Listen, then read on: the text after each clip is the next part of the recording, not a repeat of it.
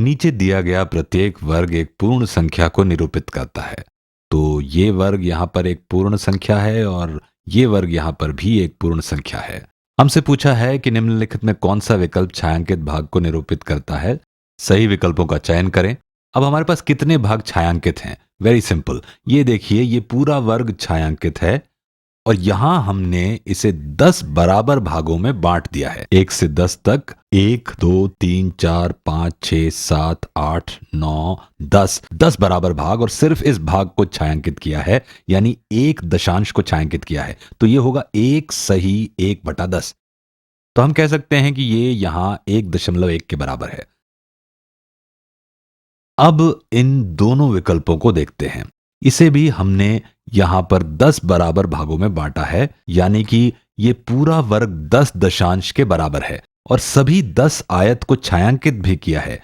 तो हम इसे 10 दशांश कह सकते हैं। 1 2 3 4 5 6 7 8 9 10, और ये हमारा 11वां दशांश, 11 टेंथ्स। अब अगर हम इन नीली आयत को गिनते हैं तो ये है 11 दशांश।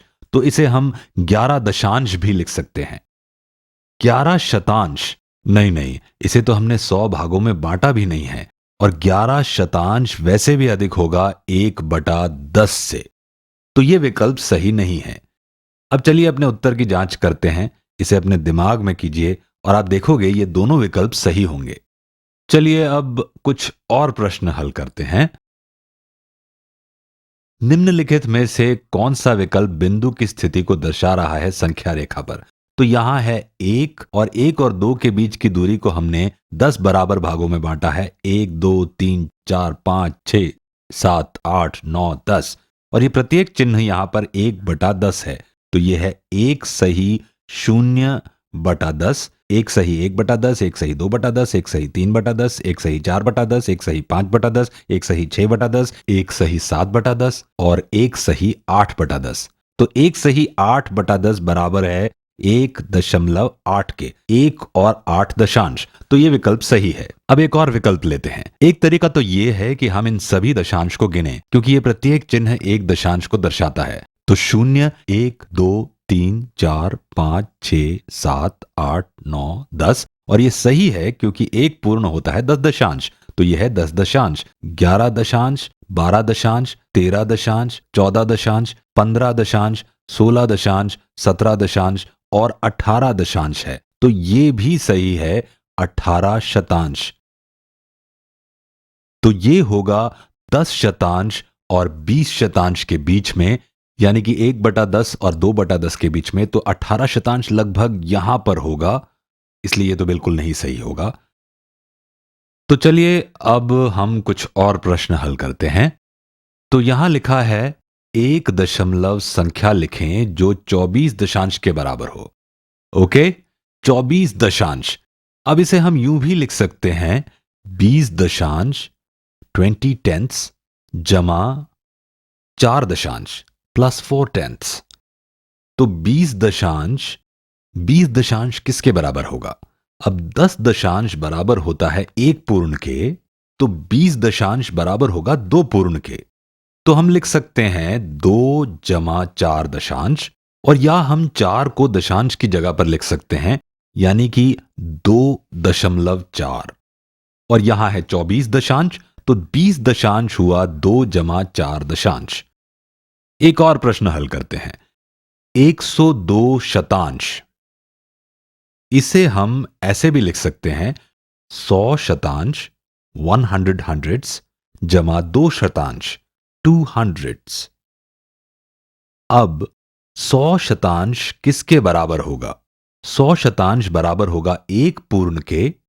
तो 100 शतांश बराबर होगा 1 के, 1 जमा 2 शतांश, और 2 शतांश को हम यूं भी लिख सकते हैं, 0.02। अब 1 जमा 0.02 क्या होगा?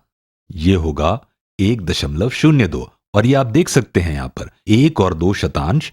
तो 1 बराबर है 100 शतांश के, यानी ये है 100 शतांश, और ये है 2 शतांश, 102 शतांश, 102 हंड्रेड्स।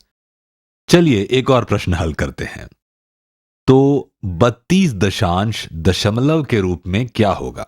अब हम ये तो जानते हैं कि 10 दशांश बराबर होता है 1 पूर्ण के, 20 दशांश बराबर होता है 2 इकाइयों के और 30 दशांश बराबर होगा 3 इकाइयों के। तो ये बराबर होगा 3 इकाइयों और 2 दशांश के, यानी दशमलव के रूप में ये होगा 3.2। अगला प्रश्न है 203 शतांश दशमलव के रूप में क्या होगा? वेरी सिंपल, ये 200 शतांश बराबर होता है 2 इकाइयों के, यानी कि 2 इकाइयां और 3 शतांश। ये देखिए, 2 इकाइयां और 3 शतांश, 2 ones and 3 hundreds। अब एक और प्रश्न लेते हैं। 1.05 कितने के बराबर होगा शतांश के रूप में? तो 1 बराबर होता है 100 शतांश के, 100 hundreds। तो ये है 100 शतांश जमा 5 शतांश या फिर 105 शतांश। चलिए एक और प्रश्न लेते हैं। 2.60 को शब्दों में कैसे लिखा जाएगा? तो हम इसे 2 इकाई और 6 दशांश के रूप में लिख सकते हैं। यह है 2 इकाई और यह है 6 दशांश, या फिर 2 इकाई और 60 शतांश, या हम इसे 260 शतांश भी लिख सकते हैं। अब विकल्प देखते हैं। यहां है 2 इकाई और 6 शतांश। ये गलत है। यहां 2 इकाई और 60 शतांश है, ना कि 600 शतांश। ये 6 दशांश है, यानी कि 6 दशांश या 60 शतांश। अब यहां है 260 शतांश। बिल्कुल सही है, क्योंकि 2 इकाइयां बराबर है 200 शतांश के जमा 60 शतांश, जो हुआ 260 शतांश। 260 दशांश नहीं, है गलत है। याद है ना, 10 दशांश बराबर होता है 1 पूर्ण के, इसलिए 260 दशांश बराबर होगा 26 के। तो ये विकल्प भी गलत है। और इसके साथ हमारा आज का काम खत्म।